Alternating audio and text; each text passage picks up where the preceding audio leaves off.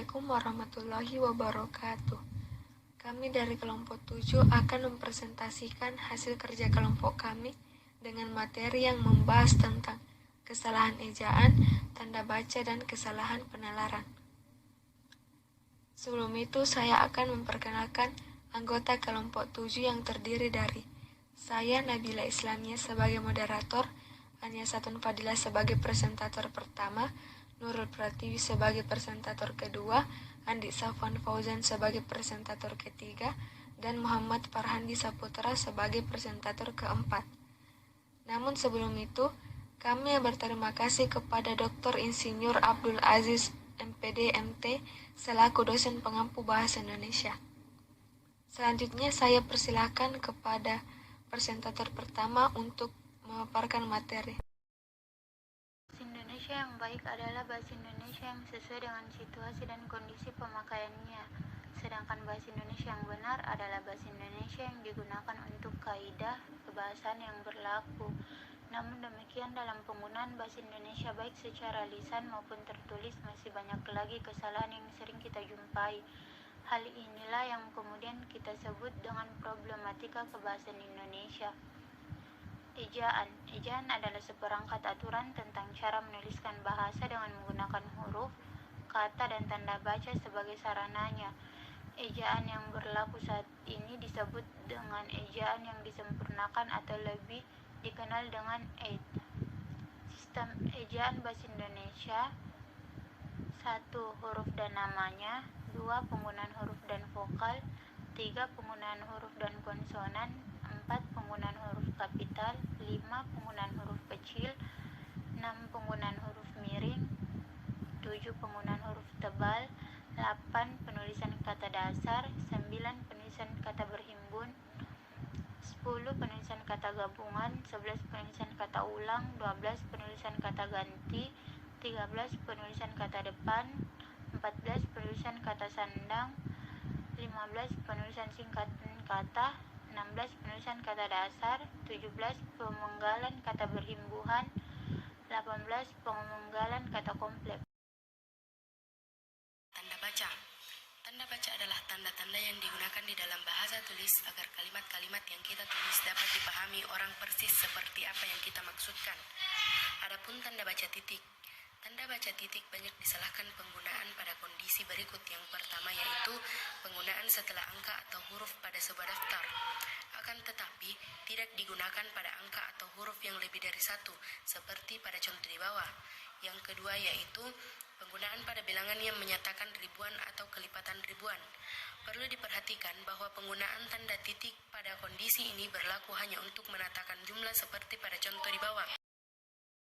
Bagian B. Tanda koma. Tanda koma banyak disalahkan penggunaannya pada kondisi berikut. Pertama, pemisah unsur rincian dalam kalimat.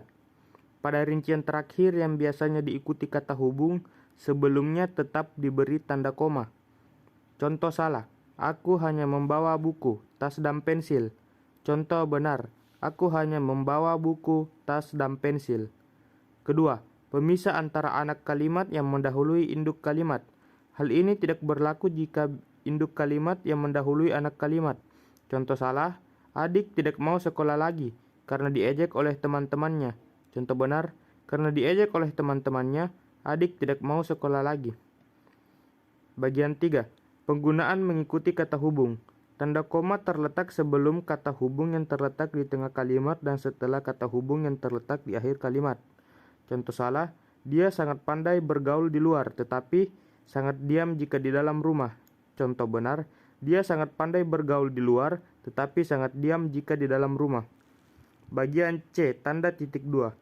Tanda titik 2 banyak disalahkan penggunaannya pada kondisi berikut. Pertama, pemisah antara jilid dan halaman buku, surah dan ayat dalam kitab suci, serta judul dan subjudul suatu karangan. Contoh salah, tata laksana diabetes mellitus, garis miring, diagnosis, terapi, dan upaya pencegahan. Contoh benar, tata laksana diabetes mellitus, diagnosis, terapi, dan upaya pencegahan. Tanda titik koma. Tanda titik koma banyak disalahkan penggunanya pada kondisi berikut. 1. Pemisah unsur rincian apabila dalam kalimat tersebut juga telah digunakan tanda koma. Apabila tidak ada tanda koma sebelumnya, meskipun tidak salah namun lebih disarankan untuk mendahulukan penggunaan tanda koma. Contoh salah, susunan acara Jalan Sehat hari ini adalah pembukaan oleh Ketua RW, Ketua RT, dan Ketua Panitia Senam Jalan Sehat, serta pembagian konsumsi PIN dan door prize. Contoh benar, susunan acara Jalan Sehat hari ini adalah pembukaan oleh Ketua RW, Ketua RT, dan Ketua Panitia, serta pembagian konsumsi PIN dan door prize. Tanda petik. Tanda petik sering digantikan oleh tanda petik tunggal maupun huruf yang dimiringkan.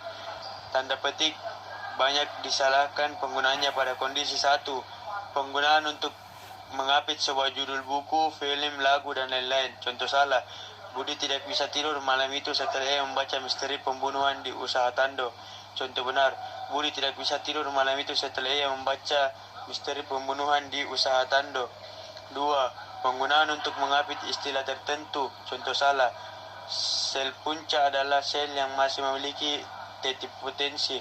Contoh benar, sel punca adalah sel yang masih memiliki titik potensi.